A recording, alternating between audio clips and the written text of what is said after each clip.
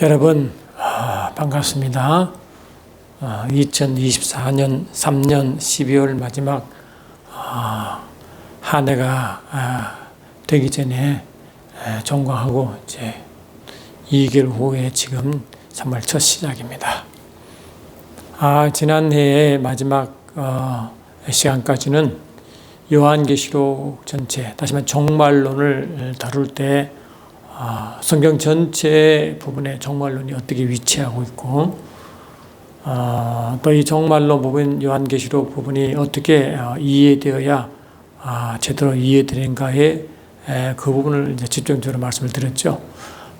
다시 제가 잠깐 말씀을 드리면 이 요한계시록을 제대로 이해하려면 전체적으로 이 구속사건을 넘어 하나님의 계시적 경륜 신학에서 다뤄야 된다고 분명히 말씀드리고 계시적 경륜 신학의 그 첫 출발이 죄도 악도 있기 전 하나님 삼위일체 하나님만 계시던 그 영원전의 그 상태에서 하나님 약속한 것이 영생이라고 디도서 1장 2절에 분명히 말씀드렸죠. 그 영생이 죄와 악도 그 없는 상태의 영생이기 때문에 요한복음 17장 3절, 요한일서 1장 3절처럼 영생이라는 것은 참 하나님과 그가 보신 진짜 예수를 깊이 아는 것, 그 관계성, 누림을 영생이라고 한다고 그랬어요. 하나님 마음은 하나님 아버지와 그 말씀 하나님과 성령의 삼위일체 하나님과의 깊은 관계성을 말하기 때문에 그는 구원받은 자, 혹 하나님 백성들과의 관계잖아요, 이게.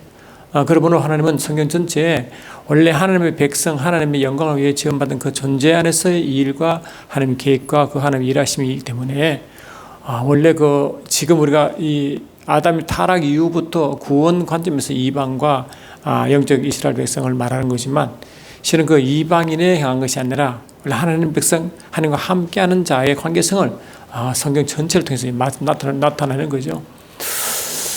이미 여러분 말씀드렸지만 이 피조 세계의 창조가 창세기 1장에 나오는데 그 피조 세계의 존재 이유도 로마서 1장 20절 말씀처럼 이 피조 세계 속에 하나님의 신성한 능력이 분명히 보여지고 자체가 계시하기 때문에 그 만물 안에 만물 가운데 만물 보존케 하시고 유지시키는 그 모든 가운데 이 만물 자체가 하나님의 일한 하나의 활동 무대요. 또 하나님을 계시하는 하나의 하나님의 운영 계획 가운데 쓰임 받는 하나의 도구이기 때문에 그 피조세계 1장, 창세기 1장의 피조세계 영계와 물질계 이야기를 했죠. 그것은 하나님의 경륜 시각에서 봐야 영계와 물질계 곧 피조세계가 왜 존재하는지 존재 이유가 뭔지를 알고 성경이 시작된다고 분명히 말씀드렸습니다.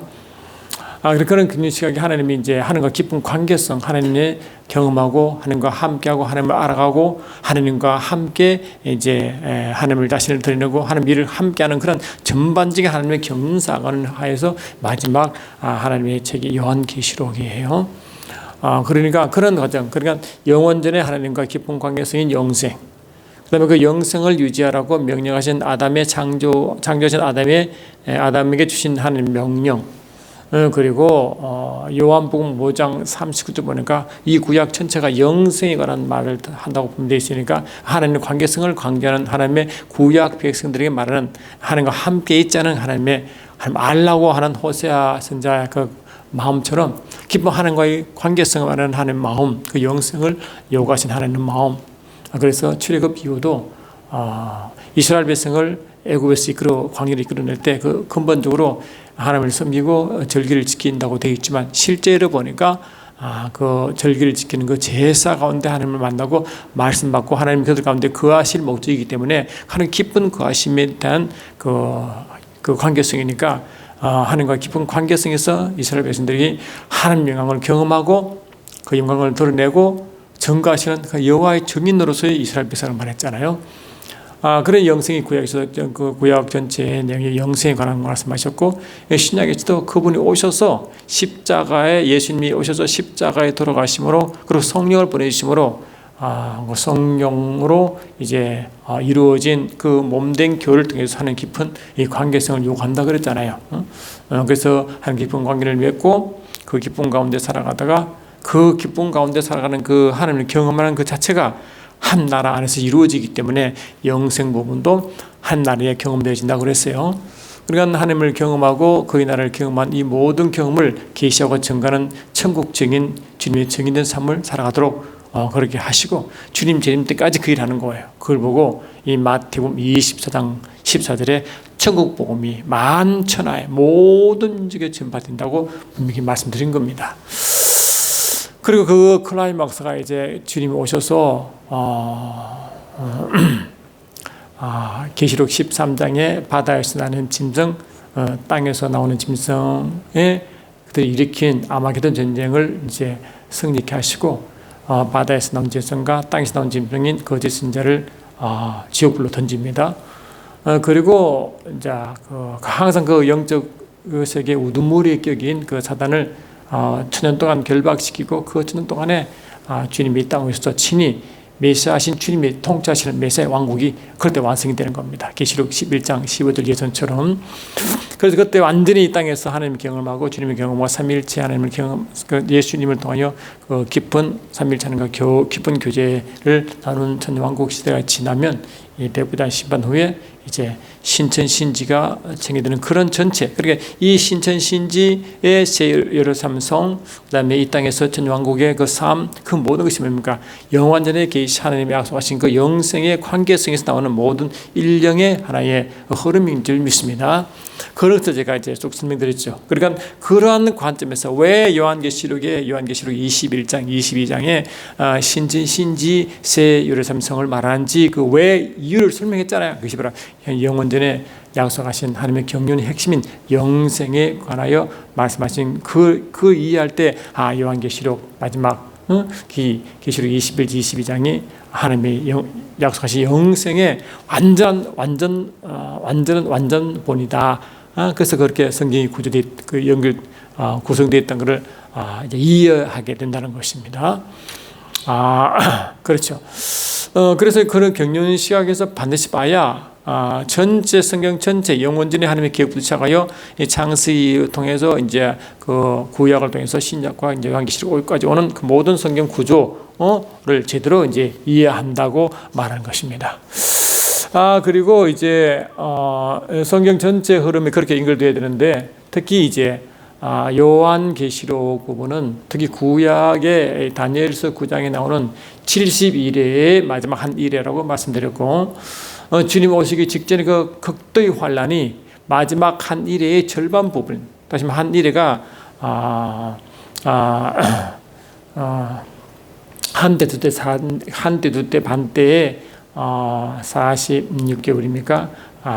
그러한 그 기간 동안에 있는 하나님의 그 진노 시간, 그리고 적그리스도와 그 악한 세력의 활동, 그 시기에 예를 이제 예언한 것인데, 그러면 그것을 마지막 환란 때, 마지막 주님 오시기 전에 그 마지막 그 종말론적인 그 시대 상황을 그러면 구약적으로는 어떻게 설명했느냐 하니까 구약의 많은 그 역사 뒤에 일어나는 그런 이스라엘 이 역사를 통해서 일어나는 그 모든 그 과정들이 실제로는 이 마지막 종말론을 향한 그 영적 의미를 포함하고 있다. 그런 말씀드렸어요. 주님도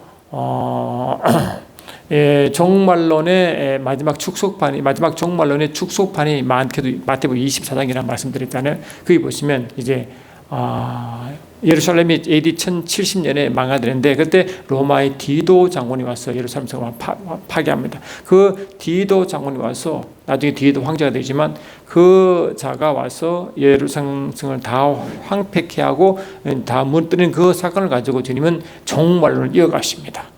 그러니까 이 분명히 역사의 한 사건, 디도 장군이 예루살렘을 다 파괴하는 그러한 사건을 통해서 하나님 예수님은 종말론을 이렇게 여기에 설명하는 거예요. 그러니까 이스라엘 역사 뒤에 역사는 그 모든 역사를 그냥 하나의 역사가 아니라 역사의 속에 품어 있는 영적 의미를 종말론적으로 이해해야지만이 요한계시록의 제대로 이해되고 요한계시록 외에 구약의 많은 말씀을 품고 가지고 설명하는 이유가 그때 알게 된다고 말씀드렸어요. 그리고 이미 알다시피 이제 율법은 장차 오는 것의 일종의 그림자와 참 형상의 비유잖아요. 그것이 성소가 그렇고 성막이 그렇고 말이죠. 이스라엘 지역이 그렇고 이스라엘 역사가 그렇고 그 모든 것이 뭐라고 모든 것이 하나의 하늘 참 것의 모형이고 그림자라고 그랬어요. 그래서 이스라엘 지형조차도 히브리서 11장 10절로 16절까지 보시면 이 땅의 예루살렘 성이 하늘 예루살렘 성을 예표하기 때문에 이 땅의 예루살렘 성은 하나님이 아브라함을 통해 약속하신 가나안 땅에 안에 있는 거잖아요. 그래서 가나안 땅 안에 있는 그 예루살렘 성은 하늘 신천 신지는 세련 성의 하나의 비유이기 때문에 하는 그림자입니다. 그러니까 이스라엘 그 지역도 그렇고 이스라엘 역사도 그렇고 모든 것이 영적 세계의 비유이기 때문에 모형이기 때문에 그분을 잘 이해해야지만이 요한계시록 부분을 제대로 이해할 수 있고 그러한 요한계시록에 들어갈 영적 의미를 이미 요한 그 구약의 그림자적으로 품고 있다는 거예요. 그걸 잘 이해되는 것입니다. 그래서 그런 부분을 구약에 있는 그 그림자지고 비유적인 그런 의미를 잘 영적으로 이해해야지만이 요한계시록에서 왜 구약의 많은 말씀을 가지고 요한계시록을 인용하는지 그 이유를 알게 되고 그 영적 의미를 알게 되면 제대로 이해가 되는 것이죠. 그렇게 이제 말씀드렸어요. 그래서 예를 들면 노아 홍수 이야기도 또 소돔 고모라 이야기도 아까 말씀하시는 로마의 디도 장군이 예루살렘 성전을 파괴하는 사건도 다 종말론적인 영적 의미를 품고 있다고 하는 것입니다. 그렇게 해야 제대로 설명이 되는 것입니다.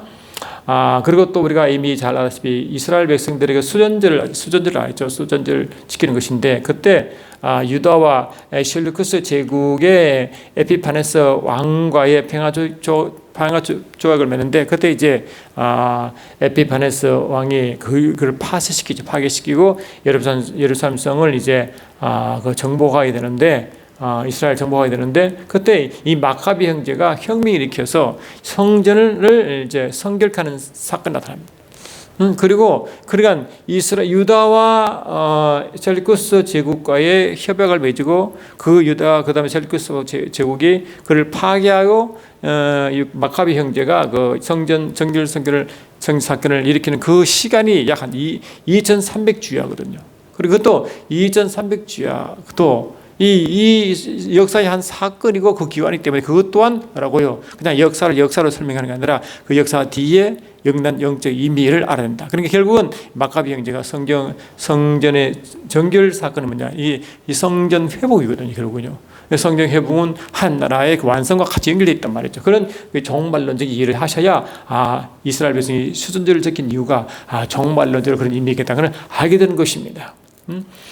그러면 어떤 사람들은 이런 이 2230주야를 역사적으로 해결해가지고 230년 후에는 다시 카톨릭이 번성하는 이력자고 설명하는데 그거는 역사를 풀어보면 엉뚱한데 의미를 던지는 거예요. 나타나는 겁니다. 그러면 전혀 그들이 새로운 주장을 하게 되기 때문에 원래 원하는 바의 정말론 의미를 모르고 지나갈 수 있고 이상한 관점으로 정말로 해석할 수 없는 그런 우를 범할 수도 있기 때문에 조심해야 된다고 분명히 말씀드렸죠. 그런 식으로 제가 이제 쭉 말씀드린 겁니다.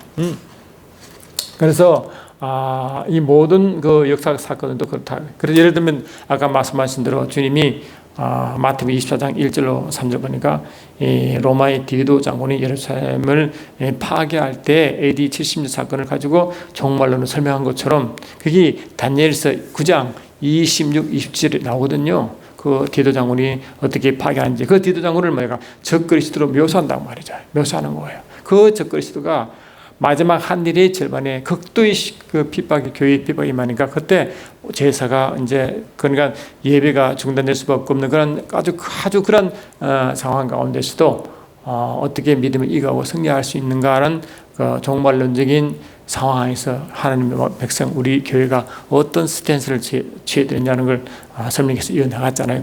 그런 종말론적인 그런 마인드가 있어야 된다. 그리고 뭡니까? 이 이스라엘 백성의 그 다니엘이 예언한 70일에는 결국 뭐냐? 하나님 백성과 예루살렘의 완성을 결국 보이기 때문에 결국 뭡니까? 한 나라의 완성과 하나님의 경륜 부분은 그 백성과 하나님과 깊은 관계성과 증거와 또 뭐 정령과 정인과 계시와 기쁜 누림의 그 관계성을 뼈껏 설명하는 그런 부분이 이해되는 거예요. 그러니까 그것이 다 뭐라고 하나님의 영원전의 하나님의 계획과 마지막 종말까지 이루어지는 전부 다 그 경륜 시각과 종말론적 시각으로 연결되고 하나 돼야 성경이 제대로 이해되기 시작한다는 것을 말씀드린 것입니다. 이제 이해 좀 되시겠죠? 그런 식으로 우리가 제대로 알게 되고 이제 앞으로 이제 지난 해의 마지막 말씀드리는 것 같이 그렇게 이제 설명을 드렸고 또 마지막 회에 말씀드릴 때 주로 영계, 영적 원리, 영의 세계를 제대로 알지 못하면 계시록을 제대로 이해할 수 없다. 그래서 이 영적 세계에 대한 마지막 악한 불에 대한 그 구조와 활동 부분을 설명했죠. 666회와 연계시켜서 말이죠. 그를 쭉 설명했습니다. 그래서 이제 원래 2004년부터는 요한계시록의 그 부분 주체도 들어가서 이제 말씀을 나누려고 합니다. 그래서 이제 오늘은 이제 2024년 첫 시간이기 때문에 그 부분을 좀 하려고 합니다. 우리가 이미 잘 아다시피요. 아담이 이제 그래서 지난해 마지막에서도 이제 마지막 영적 연계 부분에서는 요한계시록의 마지막 70일의 한 1의 부분을 설명할 때 그때 영계에 혼란이 온다고 말씀드렸는데 그때 이 마지막으로 악한 영의 활동이 뭐냐? 이 바다에서 오르는 짐승과 땅에서 오르는 짐승의 관계성과 그리고 이제 이 바다에서 오른 짐승이 일곱 머리가 10뿔을 가지고 있단 말이에요. 일곱 머리가 10뿔. 그리고 일곱 머리도 권세, 10뿔도 권세. 이 뜻이거든요. 그럴 때 이 일곱 머리는 말 그대로 이제 계속 짐승이 다니엘서 보니까 5대 제국 뒤에 짐승이 다 있었고 그 짐승의 합한 모습이 바다에서 오는 짐승 계시록 13장 1절로 3절 쭉 그거를 다른 5대 제국 뒤에 있는 짐승들이 종합적 모습을 그 짐승이 표현하고 있잖아요. 그 짐승이거든요. 그리고 그 짐승은 말하고 바다에서 나온 짐승을 대표하는데 다니엘 7장 보니까 바다에서 나온 짐승 이야기 또 하잖아요. 같은 짐승인데 같은 영적 존재의 짐승인데 그러니까 그 일곱 머리는 각종 제국을 대표한 영적 존재라고 말씀드렸고 그 10뿔은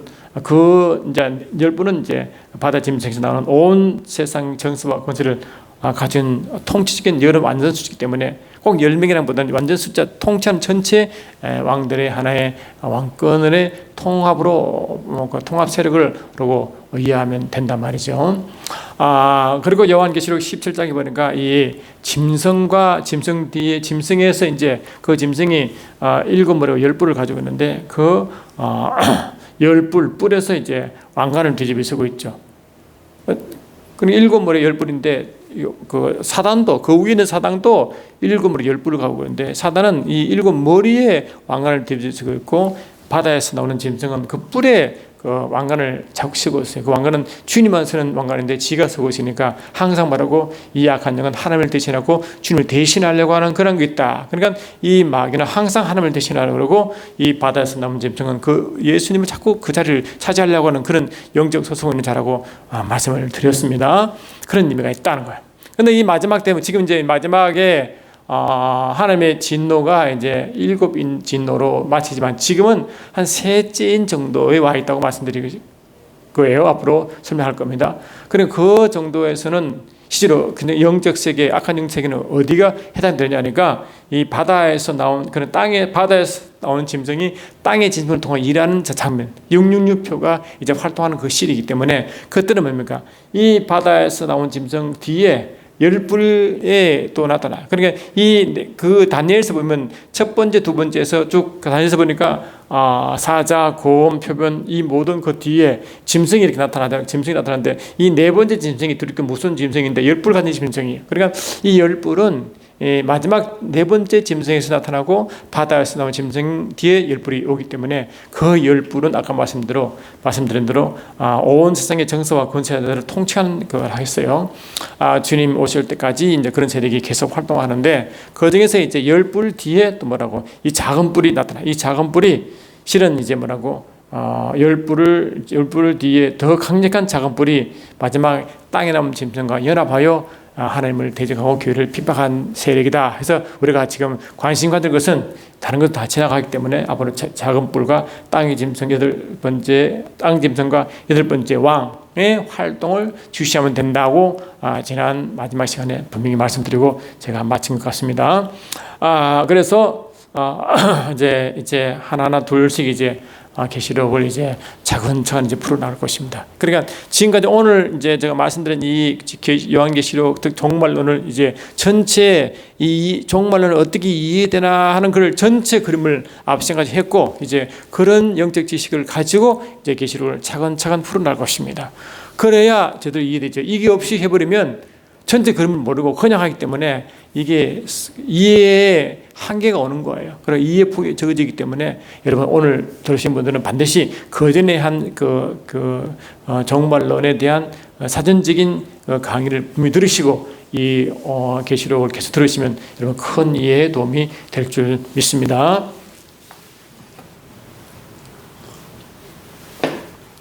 여러분 알다시피 하나님의 창세기 1장에 만물을 창조하시고 모든 피조물을 창조하시고 여섯째 날 마지막 날에 아담을 창조합니다. 할렐루야. 그런데 아담을 창조할 때 하나님이 창세기 1장 20절에 우리의 형상에 따라 우리의 모습도 우리가 삶을 만들자 하시고 남자와 여자를 창조하는 겁니다. 그런데 이 아담은 남자와 여자의 이 공통일이지만 대표성이 남자라고 그랬어요. 그런데 우리의 형상에 따라 우리의 모습대로, 다시 말해 아담은 우리의 형상이라, 우리는 삼위일체 하나님이라고 말씀드렸고 그 삼위일체 하나님의 형상대로 만들어지기 때문에 이 아담은 삼위일체 하나님의 형상을 갖고 있어요. 할렐루야. 그런데 이 삼위일체 하나님은 하나님은 영이시잖아요. 이 요한복음 4장 23절에 하나님 영이시니 함으로 예배드린 자마다 영과 진리로 예배드려 하잖아요. 그리고 하나님은 영이시기 때문에 형상은 뭘 만들 수 있고 볼 수 있는 거 아니에요. 그런데 이 형상은 형상은 만들 수 있고 볼 수 있는 건데 하나님의 영이시기 때문에 말 수 없는 거 아니에요. 그런데 왜 하나님의 형상으로 하나님이 볼 수 없는 하나님인데 보는 것처럼 만질 수 있는 건 있고 느낄 수 있는 것처럼 그렇게 묘사하고 그 묘사대로 창조된 자가 아담이냐면, 다시 말하면 이 아담은 보이지 않는 하나님의 이 영적 소성을 지고 또 소유하고 대변하고 계시하는 자 그 뜻입니다. 이 골로새 1장 15절 보니까 예수님도 보이지 않으신 하나님의 형상이 예수님이잖아요. 그 예수님 눈에 보이지 있지만 하나님 안 보인단 말이죠. 그러면 보이지 않는 하나님을 어떻게 아느냐? 예수를 보고 하나님 아는 거예요. 그래서 그 예수님은 아버지 하나님의 모든 형상, 다시 말하면 하나님의 영적 속성, 신성을 다 가지고 그대로 표현한 자예요. 그것처럼 아담이 그렇게 창조된 것입니다. 참 놀랍죠. 이 아담이 그런 삼위일체 하나님의 영적 소성을 가지고 신성을 가지고 이 삼위일체 하나님을 대변하고 계시하고 나타내는 자로 이 창조되던 사실이 놀라운 것입니다. 그런데 이 누가복음 3장 38절 보니까 이 하나님 아담을 창조했으니까 이 아담의 아버지는 하나님이시고 아담은 하나님의 아들로 묘사됩니다. 할렐루야. 그래 아담은 하나님 아들이에요. 여러분 예수님도 하나님 아들이시죠. 예수님은 하나님 아들로 오셨고 그분은 보이지 아니하신 하나님의 형상을 지닌 형상이시기 때문에 영광의 광채시고 본체 형상이잖아요.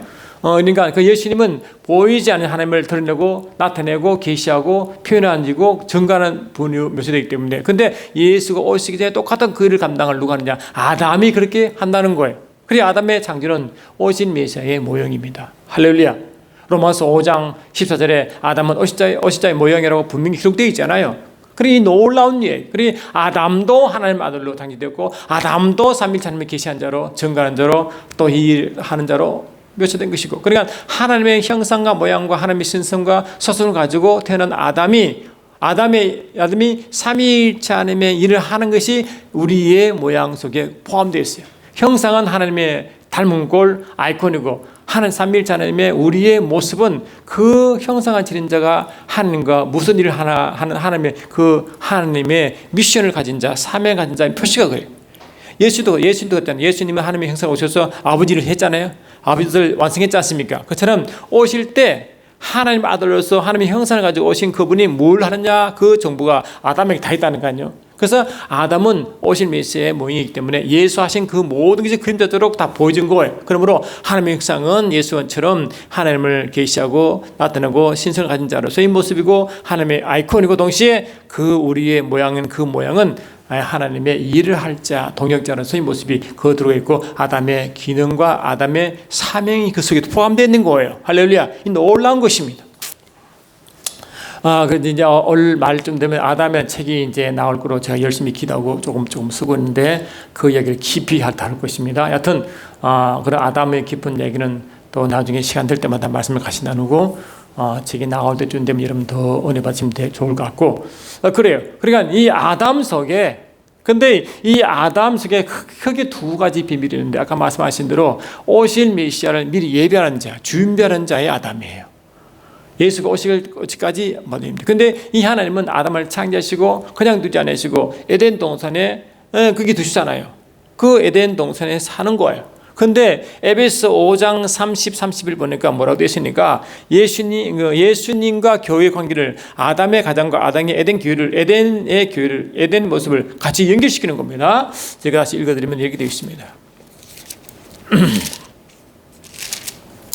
에베소 5장 31, 32, 33 보니까 31, 32 보니까 그러므로 사람이 부모를 떠나 그 아내와 합하여 그 둘이 한 육체가 될지니 이게 창세기 2장 맨 끝에 부분이거든요.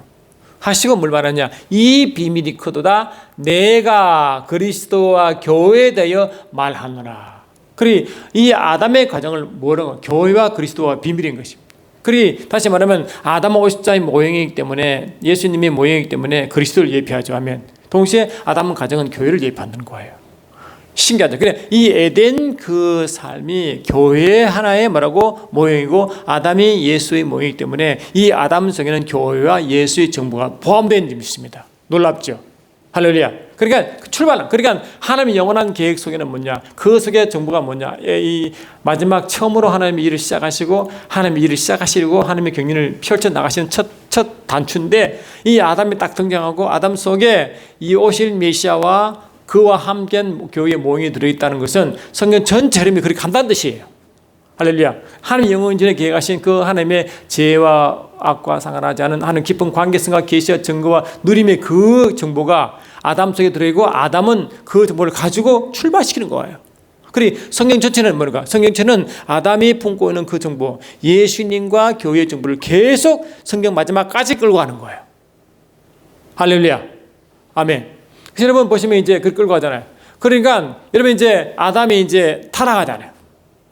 품을 떠나는 것입니다. 그리고 이 창세기 3장 15절에 이 여인이 후순이 뱀의 머리를 부수는 사건, 뱀은 여인의 후순을 밟고 무는 사건, 예수는 그 십자가에 예수의 죽으심 사건을 말합니다. 그리고 창세기 3장 20절 22절 보니까 그때 하나님이 아담과 하와에게 가죽 옷을 입혀서 이 예표적으로 그의 죄를 가리게 만드시고 이제 어린 양 예수님이 십자가 죽으시고 구원한 표로 십자가의 확정을 그치는 것입니다. 그러니까 이 아담이 이제 선악을 아는 일 중에 우리 중 하나가 되었으니까 이 선과 악은 이미 말씀드렸지만 하나님과 깊은 관계를 맺다가 떠난 그 관계를 아담이 했는데 그런 관계를 경험한 자가 이 삼위일체 중 우리 중 하나니까 삼위일체 하나님 중에 한 분이 그렇게 한다니까 그게 뭔가 예수 십자가 사건이죠. 그게 예수 십자가 사건은 그때 확정짓는 사건이라고 말씀을 드렸어요. 그런데 이 예수 십자가 사건은 피 흘림 사건은 영원전에 계획한 것이 아니라 아담의 타락 이후 하나님이 정하신 회복의 프로그램이라고 분명히 말씀을 드렸습니다.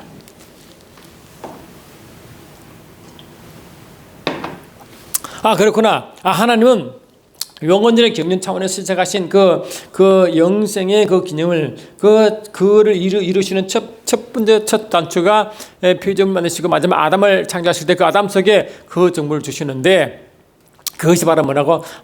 예수 그리스도와 이 교회의 메시지를 복보다. 그것이 이 영생과 연결되고 쫙 흘러가는. 그래서 이 요한복음 5장도 보시면 5장 39절 보니까 예수님이 오셔서 이 구약의 기능을 말씀하는 거예요. 여러분 이미 알다시피 구약은 오신 메시아에 예비하는 그 준비시키는 과정이잖아요. 그걸 어떻게 말씀하시느냐? 요한복음 5장 39절 보니까 이렇게 되어 있습니다. 너희가 성경에서 영생을 얻는 것을 생각하고 성경을 상고하느니와 이와 이 성이 곧 내게 대하여 증거한 것이로되 그러나 너희가 영생을 얻기 위하여 내게 오기를 원치 않으도다. 여러분 이 구약 성경 율법은 이방인에게 주어진 겁니까? 하나님 백성에게 주어진 것입니까? 하나님 백성에게 준 것이죠. 왜? 출애굽하여 이제 출애굽한 백성이 이제 나중에 뭡니까? 출애굽기 보니까 그 출애굽한 백성들이 어떻게 출애굽하는지, 그리고 출애굽 백성들에게 이 호렙산에서 말씀 십계명을 받죠. 그리고 동시에 하나님의 성전 짓는 각종 시각을 알려주는 거예요. 그 시장대로 이스라엘 백성이 가나안 땅에 들어갈까지 이 광야에서 그 시장대로 그 이동식 성막을 지어서 이동하잖아요. 그를 다 알려주는 것입니다. 그것이 율법을 지시고 성막 짓는 법을 준 것은 이방인이 준 것이 아니라 하나님 백성 이스라엘 백성이 준 거예요. 할렐루야. 율법은 기본적으로 이방이 준 말씀이 아니라 율법 그 이스라엘 백성이 준 말씀이에요. 그래서 성경 전체를 보시면요, 성경 전체는 뭐냐? 먼저 하나님 백성이 주어지는 것입니다. 그 하나님 백성들에게 이방을 어떻게 할 건지 말씀하고 있지만 실은 하나님 백성이 주어지는 거예요. 그러니까 이 구약의 전체가 하나님이 구약에서 영성을 약속했다는 것은 뭐냐? 하나님 백성은 그 자체가 하나님의 생명을 갖고 있는 자인데 또 무슨 영성을 주겠어요? 그 말은 뭐냐? 이 영성은 하나님과 깊은 관계성을 얻도록 하는 방법을 알려주는 건데 그걸 거부한 거예요. 계속 거부한 것이죠. 그리고 구약은 뭐냐? 이 예수께서 오셔서 예수께서 십자가에 죽으시고 오셔서 제 십자가에서 죄 사함을 선포하시고 그 다음에 그 예수께서 부활하심으로 우리가 예수 믿는 자들이 의를 얻기 위하고 영이 살고 함께 후사가 되고 아들이 되어 기를 하는 일을 설명하는 것인데 그래서 이제 그런 일을 하는 메시아를 예비하고 준비시킨 게 구약의 미션인데 그 구약 전체가 바로 영생에서 말씀한다는 거 아니에요. 그러니까 영원전에 하나님이 약속한 영생이 이제 이제 창세기 아담에게 이제 이 선과 악을 열매를 먹지 말라 할 때 죽지 말라고 한 것은 다시 말하면 영적으로 죽지 말라는 것이고 깊은 관계를 맺으라는 것이니까 그 영성을 하라는 선포였고 구약 때도 영성을 선포하셨고요. 그렇게 이제 하나님의 그 경륜이 계속 온다고 말씀드렸잖아요. 그런데 그 계속 모든 과정이 이스라엘 백성이 뭡니까? 이 교회란 단어를 쓸 때, 이 교회란 단어는 구약은 없어요. 신약에 교회란 단어가 나오는데 대신에 구약은 뭔가 총회란 단어로 구약 의미를 쓰는 거, 교회 의미를 씁니다. 총회. 또 유대인들이 그 회당이라는 시나고그라는 회당에서 모였지만, 아무튼 그것이 신약의 교회의 그 그림자적인 그 모습이에요. 그러니까 이 하나님 백성의 총회, 그게 모임인데. 다 모임인데 그게 교회죠. 신약 표현은 교회인데 구약 표현은 총회지만 말이죠. 그런데 그것이 구약의 이 이스라엘 백성의 모임이 총회요. 동시에 모임은 그게 신약의 교회의 모습 아니에요. 그러니까 그 속에 교회가 있고 오실 메시아를 예비하기 때문에 그게 예수와 교회가 그 속에 있잖아요. 무슨처럼 아담 정보설처럼 말이죠. 그렇게 쭉쭉 오는 거예요. 그런데 여러분 이 이스라엘 백성이 큰 민족이 되기 전까지 먼저 아담이 타락하고 이제 노아 홍수 때 이 노아가 아담의 후손인데 다 죽습니다. 아담은 8가족 빼고는. 그리고 이 아담의 그러니까 노아 홍수 이후에도 이 후손이 계속 번지는데 그 후손들이 오는 그 뭐냐, 이 아담에서 쭉 이제 와가지고 이제 이 아벨을 낳고 아벨이 이제 가인이 아벨을 죽이죠. 그러니까 하나님의 셋을 두시고 그 다음에 에노스 때 여호와 이름을 처음 부르게 하는 그 다음에 때 자식을 주시고 올라와가지고 에녹이 오고 에녹이 아담의 7대손이거든. 에녹이 오고 그 뒤에 쭉 가다가 노아가 10대손 노아가 나와요. 그러니까 이 노아는 기본적으로 아담의 후손이요 셋의 후손이에요. 할렐루야. 그래서 이 노아의 뒤에 셈 나오는데 셈 후손으로 노아고요. 아브라함 온다고 아브라함이. 그러니까 이 아브라함은 결국 셈의 후손이요, 셈은 노아의 후손이요, 노아는 아브라함의 아담의 후손이기 때문에 아담 결국 계속 오는 거예요. 아브라함까지. 근데 아브라함을 하나님이 창세기 12장 1절에 갈대에 오르서 불러내잖아요. 할렐루야. 그러니까 아담이 노아 후손도 다 타락하는 거예요. 타락하는데 그 타락한 가운데 아브라함을 딱 부른 겁니다. 그게 갈대에 오르가 이 우상을 섬기는 장소거든요. 도시거든요. 그래서 아브라함을 불러내가지고 하나님이 거기 미션을 주잖아요. 큰 민족을 이렇게 하겠다. 모든 하나님의 복의 통로가 되게 하겠다. 절대 보호와 축복을 선포하잖아요. 그러니까 이 아브라함 때부터 뭐라고? 아브라함 때부터 쭉 오는 거. 아브라함의 시가 어떻게 교회까지 오는 거예요. 이 갈라디아 3장 16절 보니까요. 이 아브라함의 시가 예수님이요. 아브라함의 시가 교회예요. 그러니까 이 아브라함 속에 또 뭐라고? 아브라함의 시 속에 뭐라고? 이 주님과 교회가 포함되어 있잖아요. 뭐처럼? 아담의 정보처럼. 그냥 아브람 씨 속에서도 이 주님과 교회가 포함되어 있고, 아멘. 아담처럼, 할렐루야. 지금도 쭉 와서 뭡니까? 지금도 주님이 십자가 돌아가시고 성령을 보내시면 교회가 생겼고, 주님이 그 성령을 오셨잖아요, 아멘. 할렐루야. 그리고 주님이 우리 안에 교회 안에 계시잖아요. 그러니까 교회와 주님이 있다고. 그리고 교회와 주님 관계는 이미 창세부터 계속 이어지는 거예요. 그것이 어떻게 요한계시록까지 가는 거예요. 그래서 요한계시록 보면 제가 이 말을 하려고 말씀 쭉 했는데, 요한계시록 할 때 뭐가 중요하느냐? 바로 이 요한계시록 주인은 주님이시고 몸된 교회가 되는 걸 항상 기억해야 됩니다. 그 창세기 1장 보니까, 참 요한계시록 보니까 요한계시록 1장부터 22장까지 있잖아요. 근데 요한계시록 1장에 보면 요한계시록 개요가 나고요. 2장, 3장이 아시아 7교회가 나옵니다. 그리고 4장, 5장이 하늘 예배, 하늘 보좌 주위에 있는 그 예배 모습이 쫙 펼쳐집니다. 그리고 6장부터 하나님의 진노가 시작되거든요. 할렐루야. 그러니까 보세요. 쭉 가다가 6장부터 진노 가지고 진노 끝이 16, 18, 19, 18까지 갑니다. 그래서 19장 보니까 그래도 주님 재림 오는 거예요. 재림. 할렐루야. 그러니까 요한계시록 구조가 간단해요. 간단한데 전체 구조가 뭘 보느냐? 주님과 교회 모습이 계속 이거 창세부터 계속 흘러오는 거예요. 할렐루야. 그러니까 영원전에 하나님이 뭘 예정하고 택하시느냐? 이 주님과 오실 주님과 그 함께 교회가 예정과 특정으로 계속 오는 거예요. 이해되시죠? 그 모습을 계속 봐야 성경 전체가 보이기 시작합니다. 다니엘서의 9장 24절에 72절에도 결국 뭡니까? 이스라엘 백성과 예루살렘 성이기 때문에 이 이스라엘 백성과 그 성은 뭘까? 성의 백성, 이스라엘 백성과 그의 나라와 그 이스라엘 백성의 메시아의 통치 나라이기 때문에 그 메시아가 나타나거든요. 그러니까 결국 뭡니까? 전부 다 같은 교회, 주님과 교회의 관계가 계속 이어지는 게 요한계시록 끝까지 가는 거예요. 그래서 요한계시록을 볼 때 뭐 항상 잊지 못하는 것은 뭐냐? 항상 중심은 주님이시고, 할렐루야. 몸도 교회 연결되어 있다. 아멘. 그걸 봐야 됩니다. 그걸 봐야.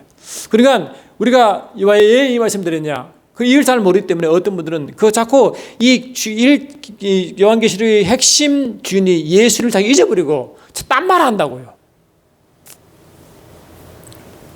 예를 들면 제가 예를 들면 계시록 1장 1절 보면 이렇게 나와요. 요한계시록 1장 1절 보면 예수 그리스도의 계시라. 이는 하나님이 그에게 주사 반드시 속히 될 일을 그 종들에게 보이시고 그 천사를 그 종 요한에게 보내어 지시하신 것이라.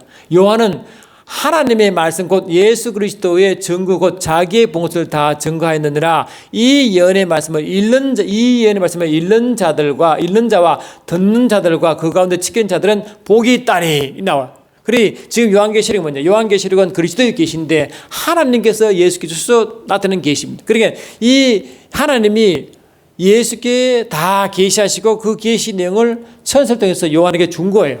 그럼 요한은 뭐냐? 이 요한은 한 교회의 감독의 요한이 사도 요한이거든요. 이 감독인데 장로요 감독인데 그 요한을 통해서 뭐라고? 그 요한을 통해서 각 교회에 다 퍼져나가는 거예요. 그러니까 읽는 자는 이 요한이고 그 요한이 속수된 교회의 전대 교인들이 뭐니까 그 읽는 자가 단수이고 듣는 자들과 지킨 자들이 복수예요. 그 말은 뭐냐? 읽는 자는 그 대표성을 혼자 읽는 거고 다 듣고 지킨 자 그대로 듣는 거예요. 그러니까 보시면 요한계시록 1장 1절로 3절에서도 뭘 말하느냐?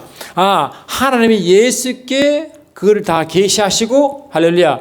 그 계시된 내용을 요한에게 주어 요한은 모든 교회 이렇게 만드는 거예요. 구조가 뭡니까? 하나님, 주님, 교회죠. 이 관계 아시겠어요? 이 관계 잊으면 안 됩니다. 그리고 이 교회인데 자꾸 교회를 무시하고 특별한 자만 자꾸 요한같이 특별한 선자격 이만 자꾸 말하는데 이거는 한 통로고 목적은 교회예요. 교회. 그래서 그런 의미에서 뭐냐? 주님은 그 오른손에 뭐냐? 요한계시록 1장 왜 마지막 보니까 뭐라고? 마지막 보니까 이렇게 돼 있어요.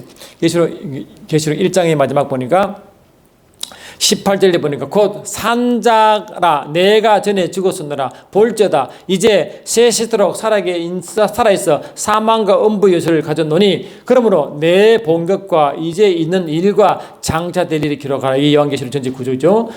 이쪽에 보니까 내 본 것은 내 오른손에 7 별의 비밀과 7 금초대라. 7 별은 7 교회 사자요 7 촛대는 7 뭐라고? 7 교회니라. 이게 됐어요. 그러니까 주님은 일곱 별을 잡고 계시고 일곱 촛대를 갖고 일곱 촛대 사이에 일곱 별을 가시며 계시는데 그 일곱 별은 뭐냐? 일곱 교회에 파수된 하나님의 메신저 천사들 계급이고 또 주의 종의 목회자 감독들을 말하는 것이고 일곱 촛대는 교회 일곱 교회 촛대 교회. 그러니까 하나님의 마음 뭐냐? 요한이 천사들 말씀 받아 그 요한 같은 감독과 장로자가 이 교회에 서서 그 교회 교인들에게 선포한 말씀이에요. 할렐루야. 그 교회마다 일곱 교회 일곱 금촛대가 다 교회에 있는 거예요. 촛대가 있으니까 교회가. 그 사이 주님이 계속 운행하시는 거예요. 그래서 요한계시록 1장은 완전히 주님이 말이니까 사도 요한이 이 요한계시록 1장 10절 11절 보니까 밤모섬에서 유배되어 있을 때 성령 안에서 영안이 확 열려가지고 그것도 계시록 말씀을 받는 거예요. 받는데 그때 주님이 나타나서 말씀을 다 주는 거예요. 주님이 완전한 현존한 주님이 부활 생존하시고 처음으로 그렇게 완전한 모습을 현존한 것은 요한계시록 1장이 유일합니다. 그 주님이 나타나서 자기는 참 말씀하는 거예요. 자기 드러내는 거예요. 예수님 모습을 쫙 나타나는 거예요. 그게 요한계시록 1장에 보니까 1장의 12절에 보니까 몸을 돌이켜 나더러 말한 음성을 들으니라고 하니까 주님이 이제 나타나서 말씀을 전하는 겁니다. 볼 때 일곱 금촛대를 보았는데 이 촛대 사이에 인자 같은 이가 발에 끌리는 옷을 입고 가슴에 금띠를 띠고 그 머리에 털의 희가 흰 양털 같고 그 눈은 눈 같으며 그의 눈은 불꽃 같고 그의 발은 풀무에 단련한 빛난 주석 같고 그의 음성은 많은 물소리와 같으며 그의 오른손에 일곱 별이 나오고 그 입에는 좌우에 날선 검이 나오고 그 얼굴은 해가 힘있게 비치는 것 같더라. 이렇게 주님의 모습 많이 나타나죠. 이렇게. 그리고 이 창세기 1장은 계시록 1장은 주님이 부활한 주님이 지금 우편에 계시는데 그 우편에 계신 주님이 완전한 현존한 모습으로 나타난 완전한 묘사된 것이 계시록 1장의 모습이에요. 그 예수님이 일곱 별을 가지고 일곱 금토사를 거느신다고. 그 예수님은 오른손에 일곱 별과 일곱 촛대를 갖고 있는데 그 일곱 촛대가 뭐냐? 예수님은 그 말하고 각 교회에 보낸 하나님의 천사를 대표하는 각 교회의 목회자와 그 모든 교회를 찾고 있다고요. 아시겠죠? 그래서 하나님은 이 교회를 굉장히 중요시하고 교회의 이 목사를 굉장히 귀여기고 하는 거예요. 왜? 그 몸된 교회가 그 몸된 교회의 리더인 목자인 그 목사 또는 감독이 모든 교인들을 이렇게 인도하게 되고 그 목자는 오직 진짜 영적 목자인 예수님을 대신해 선포하는 자이기 때문에 그렇게 중요하고 귀하고 책임이 있는 자리인 걸 믿습니다. 그리고 이제 뭡니까? 계시록 2장 3장이 뭐라고? 2장 3장이 일곱 교회 나타나요. 일곱 교회. 그리고 일곱 교회 나타나는 이유가 뭐냐? 이렇기 때문에 일곱 교회가 나타나는 거예요. 그리고 계시록 1장은 주님의 완전한 모습, 2장은 주님의 오른손 잡고 있는 일곱 교회의 모습. 할렐루야. 아멘. 그리고 계시록 4장 5장이 뭐냐? 이 하늘 보호자 앉으신 보호자주의 모습이 쫙 나타나는 거예요. 보호자주의 모습이. 보호자주의가 뭐냐? 보호자가 앉아 계시고 그 주위에 네 생물이 나오고 그 뒤에 24장로가 나오고 그 뒤에 천천만물 천사가 쫙 있습니다. 그 뒤에 좀 마무리 딱 돼 있고 그런 모습으로 계시록 4장 5장이 나와요. 그러니까 이 24장로도 그 다음에 네 생물도 24장로도 천천만물 천사도 그 모든 만물이 다 보호자 계신 그분께 막 거룩하다 찬양가 막 찬양 예배를 드리는 모습이에요. 그런 모습이다. 그러니까 이 4장 5장은 하늘 예배가 배설된 모습이고 이 보호자 주위에 네 생물과 24장로와 뒤에 천천만물 천사가 쫙 배열되는데 그 왜 그런가?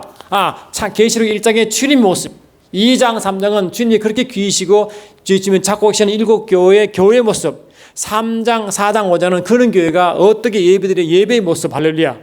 아멘. 그리고 이 보호자 주위의 네 생물은 제가 이제 곧 말씀드리겠지만 네 생물은 그게 뭡니까? 그 주님의 영적 수성을 설명하는 하나님의 백성의 대표고 그 24장로는 그런 백성들이 제사 드리고 예배하는 모습자의 대표입니다. 할렐루야.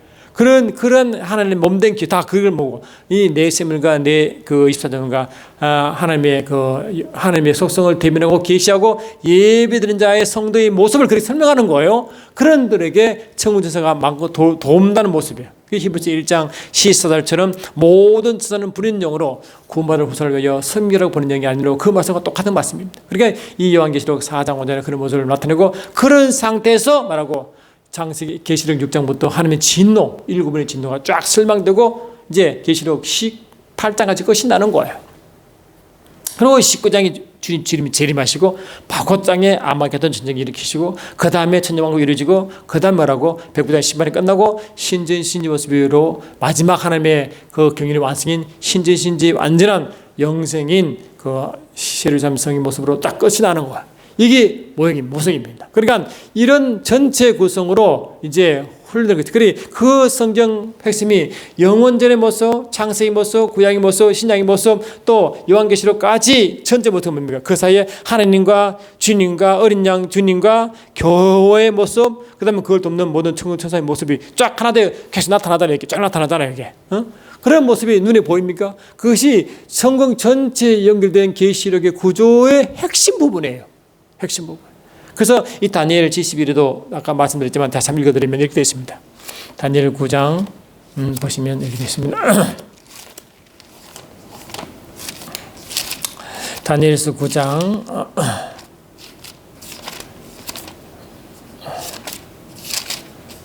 다니엘서 9장이 이제 70일에 지금 마지막 한 일의 요한계시록에 이제 포함되어 있는 총괄의 주요한 굉장히 중요한 정보를 제공하고 있는데요. 29장 24절 보니까 내 백성과 내 거룩한 성을 위하여 70일의 기한을 정하였나니 허물이 마치고 죄가 끝나면 죄악이 영속되며 영원한 의가 드러나 이상과 예언이 응하며 또 기억이 거룩한 자가 기름 부음을 받으며라고 쭉 나오는 이 시작이거든요. 그 70일이라는 것 뭐를 위해서 되어진다니까 이 내 백성과 내 거룩한 성을 위하여 예비된 게 70일이다. 그 내 백성 하나님 이스라엘 백성이고 내 예루살렘 성 그 거룩한 성은 하나님 거룩한 성 예루살렘 성이죠. 나중에 예루살렘 성은 계시록 21장 9절 보니까 그 교회 신부 그 교회를 말하거든요. 그러니까 결국 뭡니까? 이 하나님의 교회의 주인이 예수님이잖아요. 그러니까 주님과 교회 모습이 70일 속에 딱 들어있고 교회가 하늘 예루살렘 성의 완성이 70일 속에 포함되어 있습니다. 그리고 지금 하나님의 70일의 끝마침이 요한계시록인데 요한계시록 끝이 뭐냐? 그 하나의 완성과 완성 부분이 이제 그 목표이기 때문에 그것이 하늘 신전신지의 여러분 성에서 완성된 모습이 나타난다. 그것이 하는 나라의 완성이요 그 교회의 온전한 모습이라는 것입니다. 그래서 오늘은 그 2024년 첫 시간으로 이렇게 전번에 2023년에 말씀한 그걸 요약 말씀하시면서 해드리고 이제 요한계시록을 풀어나갈 때 처음 요한계시록 창세기 창사 전부터 창세기 통하여 이 구약을 통하여 계속 말씀이 이어지고 온 전체 보는 시각 하나님과 주님과 교회의 관계를 쭉 계속 이어가고 요한계시록 마지막이 그 하나님의 나라와 그 교회의 완성이신 그 모습을 드러내는 계속 21장 22장의 새 이루어진 성을 제가 설명드린 것입니다. 그 다음 시간에 이제 제가 지금 말씀드린 내용을 가지고 하나하나 중요한 아이템을 가지고 설명해 나가도록 하겠습니다. 할렐루야. 여러분 이해되시겠습니까? 그래서 제가 설명드린 부분을 여러분 좀 한 몇 분 더 들으시면 이해되시고 하니까 관심을 가지시고 들으시면 이 요한계시록이 이렇게 재미있고 영적인 깊이 있는 말씀이라는 걸 깨닫고 더 큰 은혜로 주의 적인 삶을 살아갈 줄 믿습니다. 할렐루야. 다음 시간에 뵙겠습니다.